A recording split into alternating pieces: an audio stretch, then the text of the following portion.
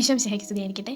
നമുക്ക് നമ്മുടെ ജീവിതത്തിലെ ഏതെങ്കിലും ഒരു പോയിന്റിൽ നമുക്കിങ്ങനെ ഈശോയായിട്ട് ഒരു കണക്ഷൻ വിട്ടു പോകുന്ന പോലെ തോന്നാറുണ്ടോ?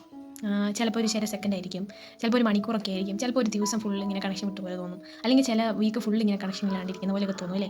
എനിക്കിങ്ങനെ ചിലപ്പോൾ ഈ ടെംപ്റ്റേഷൻസ് ഒക്കെ സിവിയർ ആകുമ്പോൾ ഞാൻ ഭയങ്കര ഡൗൺ ആയിപ്പോവും. അപ്പോൾ എനിക്കിങ്ങനെ ഈശോയായിട്ട് ഒരു കണക്ഷൻ വിട്ടു പോലെ തോന്നാറുണ്ടേ. അപ്പോൾ അങ്ങനെ ഈ സമയത്തെ എനിക്ക് എപ്പോഴും വായിക്കാൻ തോന്നുന്ന ഒരു വചനഭാഗമാണ് യോഹന്നാൻ്റെ സുവിശേഷം 20-ാം അധ്യായം. അതിൽ എന്നെ ഒത്തിരി ഒത്തിരി ഒത്തിരി ആകർഷിച്ചൊരു കഥാപാത്രമാണ് മഗ്ദലന മറിയം. എന്നുവെച്ചാൽ നമുക്കറിയാം മറിയം ഈശോയെ ഇങ്ങനെ എൻകൗണ്ടർ ചെയ്ത് കഴിഞ്ഞിട്ടുള്ള കാര്യങ്ങളൊക്കെ നമുക്കറിയാം. എപ്പോഴും ഈശോയുടെ പാദത്തിങ്കിൽ ഇരിക്കാൻ ഒത്തിരി ഇഷ്ടപ്പെട്ടിരുന്ന ഒരു സ്ത്രീയാണ് മഗ്ദലന മറിയം.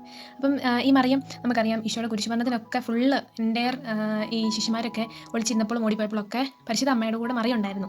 അതുപോലെ തന്നെ നമുക്കറിയാം ഈശോയെ സംസ്കരിച്ച് കഴിഞ്ഞിട്ട് ഇരുട്ട് കഴിയുന്നതിന് മുമ്പ് തന്നെ മഗ്ദലന മറിയം അത് രാവിലെ എഴുന്നേറ്റ് ഈശോയുടെ ശവകുടീരത്തിലോട്ട് ഓടിയെന്ന് യോഹന്നാൻ സുവിശേഷം 20-ാം അധ്യായത്തിൻ്റെ തുടക്കത്തിൽ നമുക്ക് വായിക്കാൻ കഴിയും. അവിടെ ചെന്നിട്ട് മറിയം ഇങ്ങനെ ഈശോയെ കാണാൻ, ഈശോയുടെ കല്ലറ തുറന്ന് നടക്കുമായിരുന്നു, ഈശോയെ കാണാനില്ല. അപ്പം ഈ മറിയം ഓടി ചെന്ന് ശിശുമാരോട് പറയുന്നുണ്ട്, ഈശോനെ അവിടെ കാണാനില്ല, അവനെ ആരോട് എടുത്തുകൊണ്ട് പോയി, അവനെ കാണാനില്ല എന്ന് പറഞ്ഞ് മറിയം ഇങ്ങനെ സങ്കടപ്പെട്ടിരിക്കുവാണ്. എന്നിട്ട് 20-ന്റെ 11 പറയാം, അവൾ കരഞ്ഞുകൊണ്ട് ഈശോയുടെ ആ കല്ലറയുടെ മുൻപിൽ നിന്നു, കരഞ്ഞുകൊണ്ട് നിൽക്കുന്നതായിട്ട് പറയുന്നുണ്ട്. അപ്പം ഇങ്ങനെ കരഞ്ഞോട് നിന്നപ്പം കല്ലറയ്ക്കകത്ത് 2 ദൂതന്മാർ പ്രത്യക്ഷപ്പെട്ടിട്ട് മറിയത്തോട് ചോദിക്കുന്നുണ്ട്, സ്ത്രീ നീ എന്തിനാണ് കരയുന്നത് എന്നൊക്കെ ചോദിക്കുമ്പോൾ മറിയം പറയുന്നുണ്ട്, അവരെൻ്റെ കർത്താവിനെ എടുത്തിട്ട് പോയി, എൻ്റെ കർത്താവിനെ കാണുന്നില്ല, അവരെങ്ങോട്ട് കൊണ്ടുപോയെന്ന് എനിക്ക് അറിയത്തില്ല എന്ന് പറഞ്ഞിങ്ങനെ ഭയങ്കരമായിട്ട് കരഞ്ഞുകൊണ്ട് നിൽക്കുക. അപ്പോഴത്തേനും ഈശോ പ്രത്യക്ഷപ്പെടുന്നുണ്ട് മറിയത്തിന് മുമ്പിൽ ഇങ്ങനെ പ്രത്യക്ഷപ്പെട്ടിട്ട് ഈശോ ചോദിക്കുന്നുണ്ട്, സ്ത്രീ എന്തിനാണ് കരയുന്നതെന്ന് ചോദിക്കുമ്പോൾ മറിയത്തിന് ഈശോ അത് മനസ്സിലാവാതെ വരുമ്പോൾ ഉടമസ്ഥനാണെന്ന് വിചാരിച്ച് മറിയം ഇങ്ങനെ പറയുന്നുണ്ട്, അങ്ങ് എൻ്റെ കർത്താവിനെ എടുത്തിട്ട് പോയിട്ടുണ്ടെങ്കിൽ എനിക്ക് തിരിച്ച് താ, ഞാൻ കൊണ്ടുപോയിക്കോളാം എന്നൊക്കെ ഇങ്ങനെ ഭയങ്കര നിഷ്കളങ്കമായിട്ട് മറിയം ഇങ്ങനെ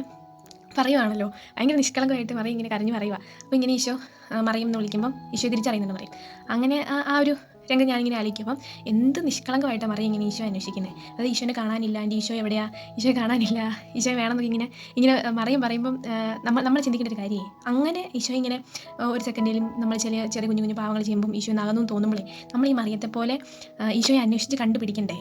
വെച്ചാൽ എനിക്ക് എൻ്റെ ഈശോയെ വേണം, എനിക്ക് എൻ്റെ ഈശോയിലാണ്ട് പറ്റില്ല, ഈശോയെ കണ്ടുപിടിക്കുന്നത് ഇങ്ങനെ നമ്മളിങ്ങനെ ആത്മാർത്ഥമായിട്ടേ നമ്മൾ നിഷ്കളങ്കമായിട്ട് കുഞ്ഞു കൊച്ചിനെ പോലെ ഇങ്ങനെ ഈശോയെ വിളിക്കും. മറിയത്തെ പോലെ ഈശോ വിളിക്കുമ്പോൾ ഈശോയ്ക്ക് വരാണ്ടിരിക്കാൻ പറ്റത്തില്ല. ഈശോ അതുകൊണ്ടാണല്ലോ നമുക്കറിയാം ശിഷ്യന്മാർക്ക് പോലും അല്ല, മറിയത്തിന് ആദ്യം പ്രത്യക്ഷപ്പെട്ടെ. ഈ നിഷ്കളങ്ക കരച്ചിലിന് മുമ്പിൽ ഈശോയ്ക്ക് പ്രത്യക്ഷപ്പെടാണ്ടിരിക്കാൻ പറ്റിയില്ല. ഈശോ പ്രത്യക്ഷപ്പെട്ടു. അതുകൊണ്ടാണല്ലോ മറിയത്തെ നമുക്ക് അപ്പസ്തോലന്മാരുടെ അപ്പസ്തോല എന്നൊക്കെ വിളിക്കുന്നത്. അപ്പോൾ നമുക്കിങ്ങനെ കണക്ഷൻസ് ഒക്കെ വിട്ടു പോകുന്ന സമയത്തെ നമുക്കിങ്ങനെ മറിയത്തെ പോലെ ഇങ്ങനെ കരഞ്ഞുകൊണ്ട് ആ കല്ലറയുടെ ചുവട്ടിൽ നിൽക്കാനും ആ കുരിശിൻ്റെ ചുവട്ടിൽ നിൽക്കാനും ഈശോയെ ഇങ്ങനെ തിരഞ്ഞ്, ഈശോ നീ വന്നില്ല ഞങ്ങൾ പോയില്ല എന്നൊക്കെ പറഞ്ഞിങ്ങനെ നമുക്ക് തപ്പി കണ്ടുപിടിക്കാനേ അങ്ങനെ നമുക്കൊരു കൃപയ്ക്ക് വേണ്ടി പ്രാർത്ഥിക്കാവേ.